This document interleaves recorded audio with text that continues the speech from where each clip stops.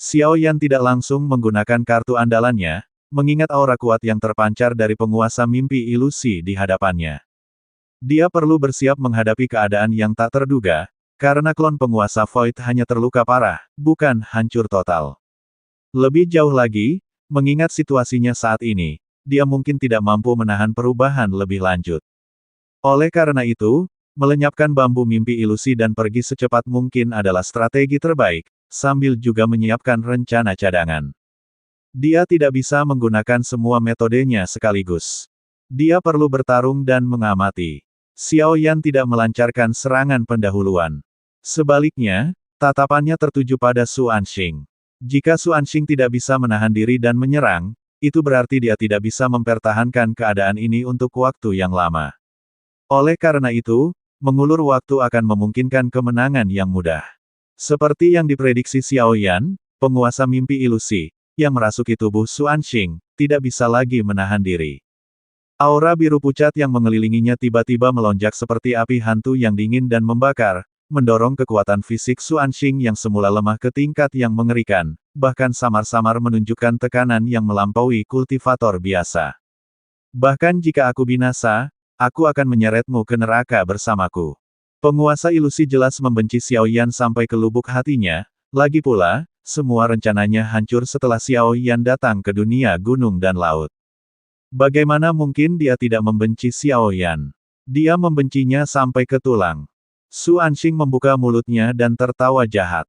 Dampak yang menembus langsung ke jiwa menyebabkan sosoknya menghilang dari tempat itu dalam sekejap, hanya menyisakan bayangan biru pucat dari sebuah pedang yang merobek ruang.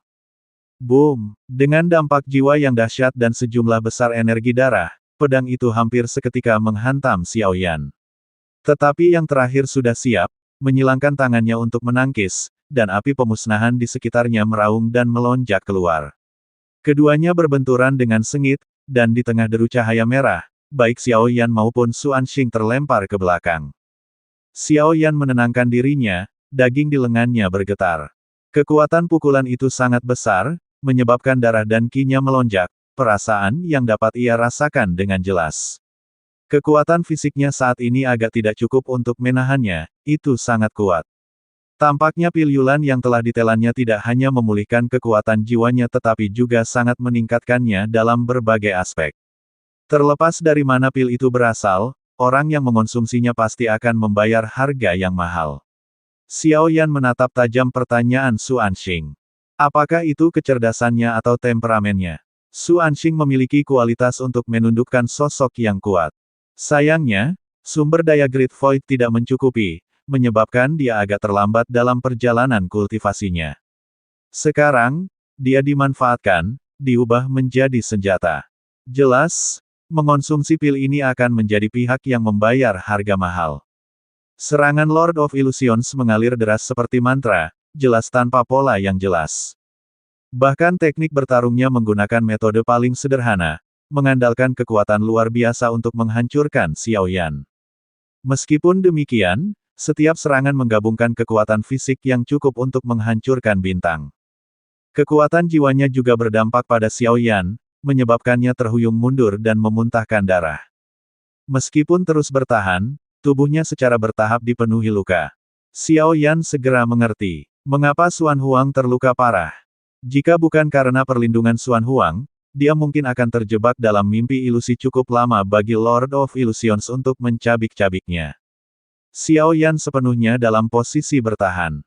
Saat ini, dia tidak menggunakan api peringatan untuk melakukan serangan balik, tetapi menunggu kesempatan. Setidaknya untuk saat ini, konfrontasi langsung akan memiliki sedikit peluang untuk menang dan tidak bijaksana. Mengetahui bahwa kekuatan Su Anxing saat ini berasal dari penguasa ilusi dan pil ilahi anggrek yang telah dia konsumsi, Xiao Yan tahu bahwa mengulur waktu akan berujung pada kemenangan mudah. Jika kau pikir kau bisa menang dengan mengulur waktu, kau sedang bermimpi. Selama aku tidak membunuhmu, kekuatanku tidak akan hilang. Penguasa ilusi mencibir, suaranya yang tajam perlahan terdengar, tetapi Xiao Yan mengabaikannya, terus bertahan melawan kekuatan yang tampaknya tak terbatas. Xiao Yan tentu saja tidak mempercayainya. Bagaimana mungkin kekuatan pinjaman adalah sesuatu yang bahkan alam dewa kekacauan pun tidak dapat capai.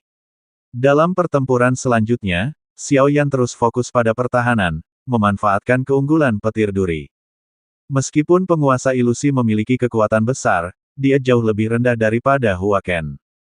Terlebih lagi, dia tidak bisa memberikan pukulan fatal secara instan pada api.